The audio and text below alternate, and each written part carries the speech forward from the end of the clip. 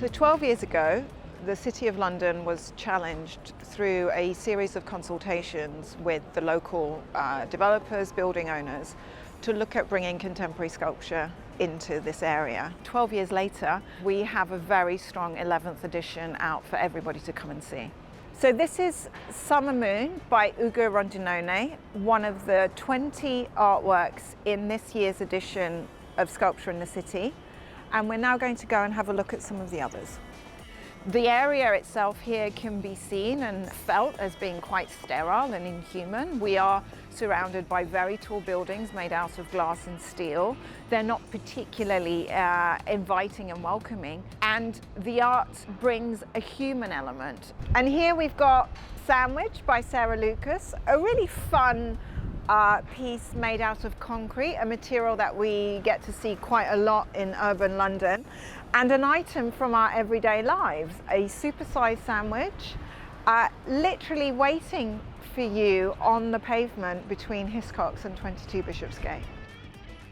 Here we have a monumental piece by Eva Rothschild called Cosmos, a piece which speaks so much to the architecture of the cheese grater behind it, and just almost in itself a very architectural piece as well, full of colour.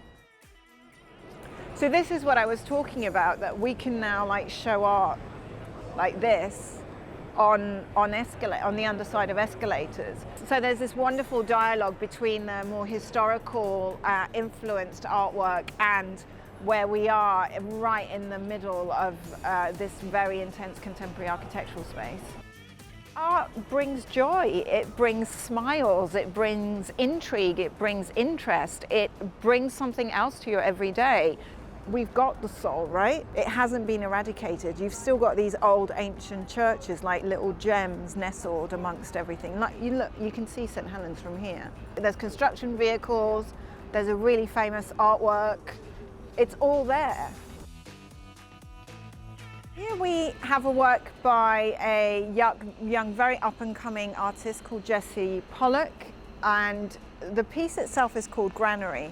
Now, interestingly, it was commissioned for Bold Tendencies in Peckham, and when it was first shown, it was on the car park rooftop with nothing surrounding it. It was interesting to place the work in a very different space, in a much tighter space, and make it feel bigger because we're already surrounded by some very big buildings. And it also provides something that you don't get anywhere else. It provides all these reflections on the glass. We also get light bouncing off glass, so you get light in a different form in this particular part of London. I think the fact that there's no threshold, it's a gallery without walls, makes the experience a much more natural encounter. It's not forced.